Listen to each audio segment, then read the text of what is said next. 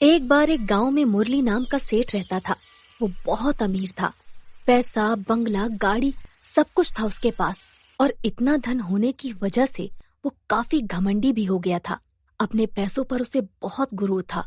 एक दिन अब मालिक, मालिक। क्या है?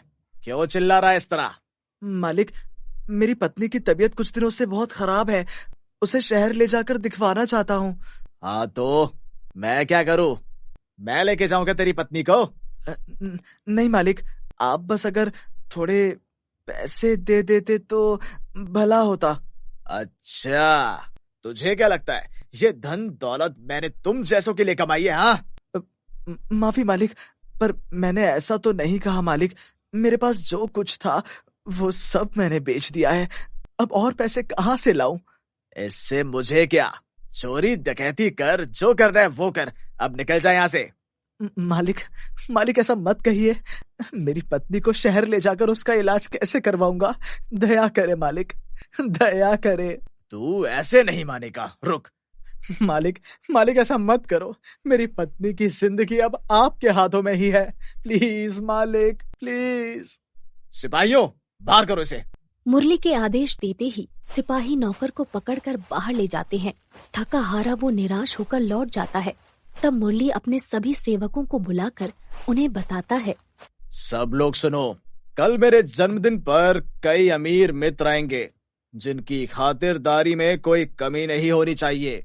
मुझे सब कुछ एकदम आलीशान चाहिए, खाना, सजावट वगैरह वगैरह। मुरली आराम से सोने चला जाता है। अपने कमरे में बैठकर हाँ, कल मैं अपना जन्मदिन इतने धूमधाम से मनवाऊंगा कि अगले 1000 गांव तक इसकी चर्चाएं होंगी। सबको पता चलना चाहिए कि सेठ मुरली कितना अमीर है। अगले दिन मुरली तैयार हो जाता है। अपने कमरे से बाहर आकर वो देखता है कि पूरा बंगला एकदम राजमहल की तरह फूलों से सजा हुआ होता है। वाह, बहुत खूब। बिल्कुल वैसा लग रहा है जैसा मैंने सोचा था। थोड़ी देर में जब सभी लोग आ जाते हैं तो मुझे बेहद खुशी है कि आप सब मेरे जन्मदिन पर आए। आप सभी की अच्छे तरीके से खातिरदारी होगी। वो क्या है ना, पैसा बहुत है मेरे पास, किसी चीज की कमी नहीं है। फिर मुरली अब सभी के सामने बड़ी बड़ी फेंकता है और ऐसा दिखाने की कोशिश करता है कि जैसे मुरली से अमीर कोई है ही नहीं। ये जो कपड़े मैंने पहने हुए हैं ना, वो 10,000 रुपए के हैं। आप लोगों ने तो कभी 5,000 तक के भी कपड़े नहीं देखे होंगे। भगवान का दिया सब कुछ है मेरे पास, ऐसी कोई चीज नहीं जो मैं ना खरीद सकूं। तभी मुरली का एक दोस्त केशव आगे आता है और कहता है, हाँ भाई, मान गए कि तुम्हारे पास सब कुछ है, तुम बहुत अमीर हो, पर क्या?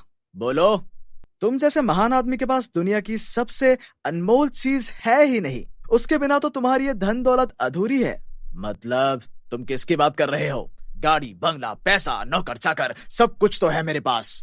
ये चीजें तो यहाँ आए हर आदमी के पास है, तो फिर तुम कैसे अलग हुए सबसे? बात तो सही है तुम्हारी, पर मैं ऐसा क्या करूं कि मैं इन सबसे भी बहुत अमीर हो जाऊं? क्या है वो अनमोल चीज जिसकी तुम बात कर रहे हो?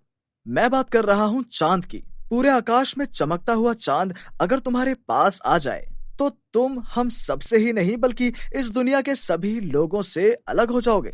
सोचो। बात तो सही है तुम्हारी। मैं सबसे ऊपर हो जाऊंगा और सब मेरी मुट्ठी में होंगे। पर ये होगा कैसे? मैं चांद को अपने घर कैसे ला सकता हूँ? अब ये तो भाई तुम्हारी परेशानी। मेरा काम था तुम्हें बस बताना, बाकी तुम खुद ही समझदार हो। केशव बड़ी ही चालाकी से मुरली को बेवकूफ बनाकर गहरी चिंता में छोड़ जाता है। इधर मुरली दिन रात ये सोच सोच के पागल हो जाता है कि आखिर वो चांद को नीचे लाए तो कैसे लाए। कुछ दिनों बाद मालिक, क्या बात है? कई दिनों से आप कुछ परेशान लग रहे हैं। खाना भी सही से नहीं खा रहे आप आजकल।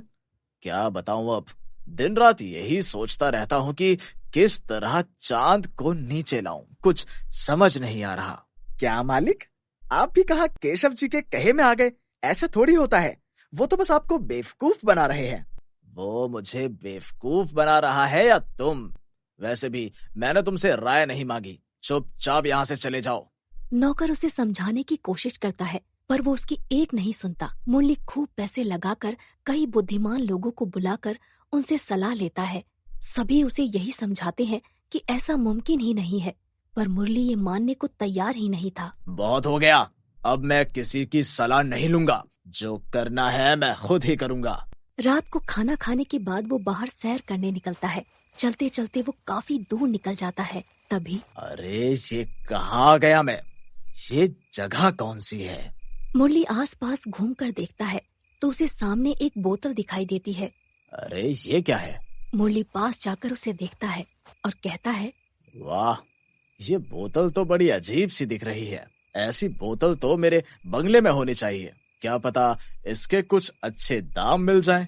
वो बोतल को उठाकर अपने साथ ले जाने लगता है। तभी रास्ते में ये बोतल को पकड़कर इतना अजीब सा क्यों लग रहा है? एक तो मिट्टी कितनी लगी हुई है इस पर। वो रुककर बोतल को रगड़ता हुआ साफ करता है। फिर अचानक बोतल नीचे गिर जाती है और उसका ढक्कन अपने आप खुल जाता है। अरे ये गिर कैसे गई? कहीं ये टूट ना जाए। वैसे ही इस बोतल से धुआं निकलने लगता है और देखते ही देखते मुरली के सामने एक जिन आ जाता है। जिन को देखते ही मुरली जिन ज, ज, ज, जिन अरे डरिए मत आका, मैं आपको कुछ नहीं करूंगा। क्या क्या कहा? आका? मैं तुम्हारा आका? हाँ आका, आपने मुझे बरसों पुराने श्राप से आजाद किया है, तो अब से आप मेरे आका हैं।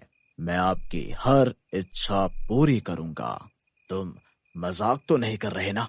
मैं मजाक नहीं करता आका। मांगिए, क्या चाहते हैं आप? क्यों ना मैं इस जिन की मदद से चांद ले आऊं, फिर मेरा सबसे अमीर होने का सपना भी पूरा हो जाएगा। क्या हुआ आका, आप क्या सोच रहे हैं? तुम कुछ भी कर सकते हो ना? तो मुझे ऐसी शक्ति दो जिससे मैं चांद को अपने घर ले जा सकूं। ओह, पर आपको जाने की जरूरत क्या है आका? मैं अभी जाकर चांद आपके घर ले आता हूँ। सच में? जी मेरे आका। जिन कुछ मंत्र पढ़कर और देखते ही देखते चांद को अपनी जगह से उठाकर नीचे ले आता है। वाह, अद्भुत, तुम्हारा तो कोई जवाब नहीं। क्या बात है? मुझे खुशी है कि मैं आपके काम आया मेरे आका। और कोई आदेश? चलो, मुझे घर ले चलो।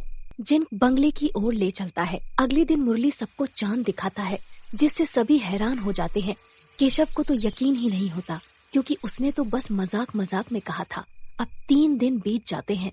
मुरली, ओ मुरली, कहाँ छुप कर बैठा है तू?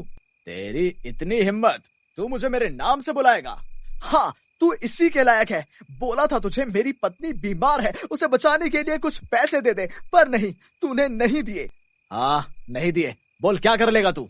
अपना जन्मदिन मनाने के लिए तेरे पास पैसे थे, पर मेरी पत्नी के लिए नहीं। इलाज न होने की वजह से वो तड़प तड़प कर मर गई। अच्छा ही हुआ, वैसे ही बीमार पड़ी थी। अब मुक्ति मिल गई इन सब से। तुझे तो मेरा आभार व्यक्त करना चाहिए। जश्न मनाए, देख हम अमीरों का जश्न। बहुत घमंड है ना तुझे अपनी इस दौलत पर।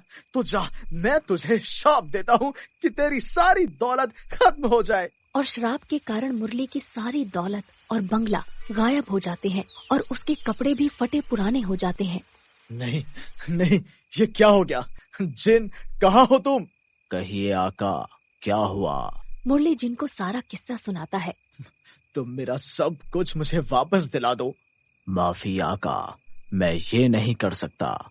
मैं एक शापित आदमी का आदेश नहीं मानता, और अब से आप मेरे आका भी नहीं। मैं चलता हूँ। नहीं नहीं नहीं, ऐसा मत करो, ऐसा मत करो मेरे साथ। देखते ही देखते जिन गायब हो जाता है और मुरली वहीं रोता रहता है। इसीलिए कहा जाता है कि कभी भी अपनी धन दौलत पर घमंड नहीं करना चाहिए, और जो जरूरत में हो हमें हमेशा उसकी मदद करनी चाहिए।